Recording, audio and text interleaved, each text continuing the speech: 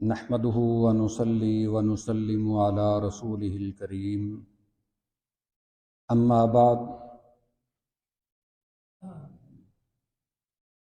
سیدنا معاویہ بن حیدہ رضی اللہ تعالی عنہ بیان کرتے ہیں کہ رسول اللہ صلی اللہ علیہ وسلم نے فرمایا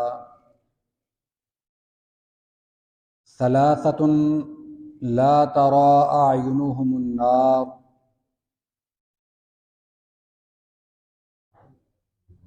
تین وہ لوگ جن کی آنکھیں جہنم کی آگ کو دیکھنے سے محفوظ رہیں گی۔ عین حرست فی سبیل اللہ، پہلا وہ شخص جس کی آنکھ اللہ کے راستے میں پہرا دیتے ہوئے جاگتی ہے۔ وعین بکت من خشیت اللہ، دوسری وہ آنکھ جس سے اللہ کے خوف کی وجہ سے آنسو آ جاتے ہیں۔ وعین کفت عن محارم اللہ، اور تیسری وہ آنکھ جو اللہ کی حرام کردہ چیزوں کو دیکھنے سے محفوظ رہتی ہے۔ یہ معجم الکبیر لطبرانی کی حدیث مبارکہ ہے۔ اس میں نبی کریم صلی اللہ علیہ وسلم نے ایسے تین خوش نصیبوں کا ذکر فرمایا ہے کہ جن کا خود تو جہنم میں جانا درکنار، ان کی آنکھ جہنم کی آگ کو دیکھ بھی نہیں پائے گی، یعنی اللہ ان کی آنکھوں کو بھی جہنم کی آگ دیکھنے سے محفوظ رکھے گا۔ ابھی ہم نے ان تین بندوں کے بارے میں سنا۔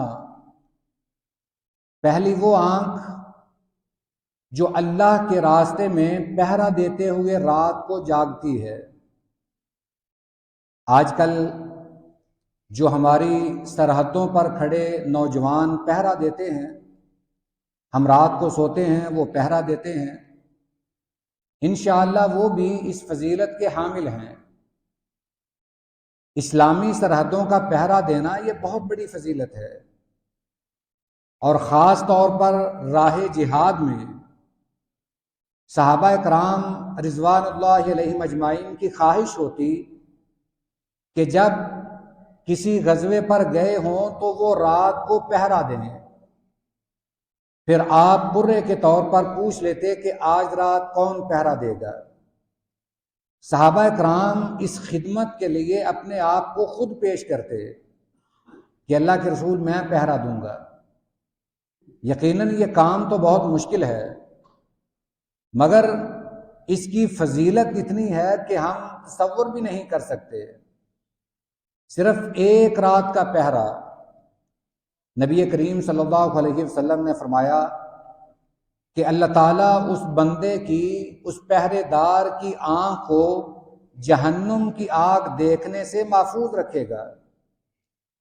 اور دوسرا وہ بندہ جو اللہ کے ڈر کی وجہ سے روتا ہے، جب اللہ کا ذکر آتا ہے اس کی آنکھیں نم ہو جاتی ہیں، اس کی آنکھوں سے آنسو ٹپک پڑتے ہیں، اس کے دل میں اللہ کا اتنا خوف ہے کہ یہ اپنے آنسوؤں پر قابو نہیں رکھ پاتا، اللہ کے عذابوں کا تذکرہ سنتا ہے، اس کی آنکھوں سے آنسو جاری ہو جاتے ہیں۔ کل قیامت والے دن جو ہولناکی کا منظر اپنے ذہن میں لاتا ہے، اس کی آنکھیں تر ہو جاتی ہیں۔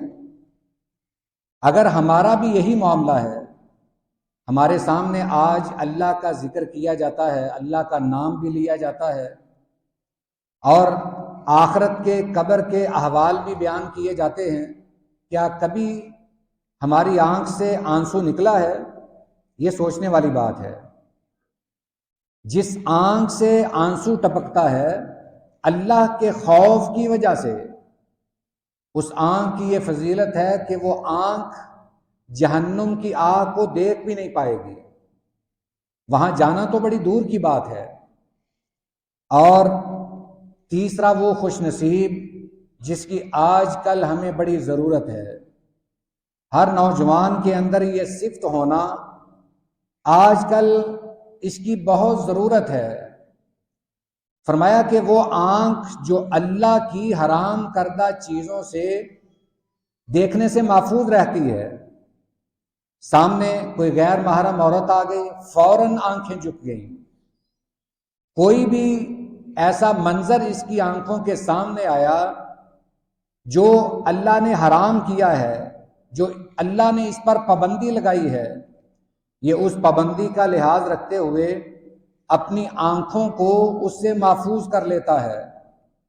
مگر آج یہ افسوس سے کہنا پڑے گا کہ ہمارے ہاتھ میں یہ موبائل کی صورت میں ایک ایسا آلہ ہے جو ہمیں بہت سارے گناہوں سے محفوظ نہیں رہنے دیتا۔ ہم تنہائی میں بھی بیٹھے ہوں تو یہ ہمیں گناہوں کی طرف راغب رکھتا ہے۔ یہ سوشل میڈیا، اس میں زیادہ تر کیا ہے؟ لوگوں کی اصلاح کا کام تو بہت کم ہے، درس و تدریس، قرآن کی تلاوت یا دیگر جتنے بھی ایسے اعمال ہیں وہ تو بڑے کم نظر آتے ہیں۔ باقی جو لغو و لہویات کی اس میں بھرمار ہے، آدمی اگر چاہے کہ اس سے بچ جائے تو اس کا بچنا بہت مشکل ہے۔ تو ہم یہ کیسے اپنے آپ کو مطمئن کر لیں کہ ہماری آنکھ بھی ان آنکھوں میں شامل ہے جو اللہ کی حرام کردہ چیزوں کو نہیں دیکھتی۔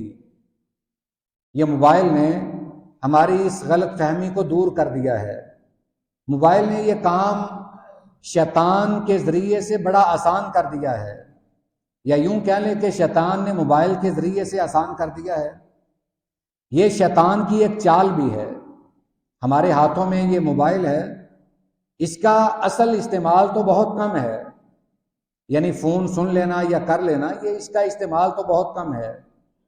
جس کو ہفتے میں ایک کال آتی ہے یا وہ کرتا ہے، مگر وہ روزانہ اس پر 2-4 گھنٹے سوشل میڈیا پہ لازمی دیتا ہے، اور دیکھتا کیا ہے؟ اللہ کی پناہ ایسا بہت کم دیکھنے کو ملتا ہے کہ کوئی سوشل میڈیا سے دین کی طرف راغب ہوا ہو۔ البتہ کچھ اصلاحی باتیں مل جاتی ہیں، سن بھی لیتے ہیں، مگر اس کو ہم ثانوی حیثیت دیتے ہیں۔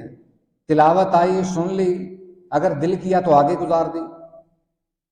یہ ہم اپنے اندر جذبہ پیدا کریں کہ ہماری آنکھ وہ شمار ہو جو کل قیامت والے دن جہنم کو دیکھنے سے بھی محفوظ رہے۔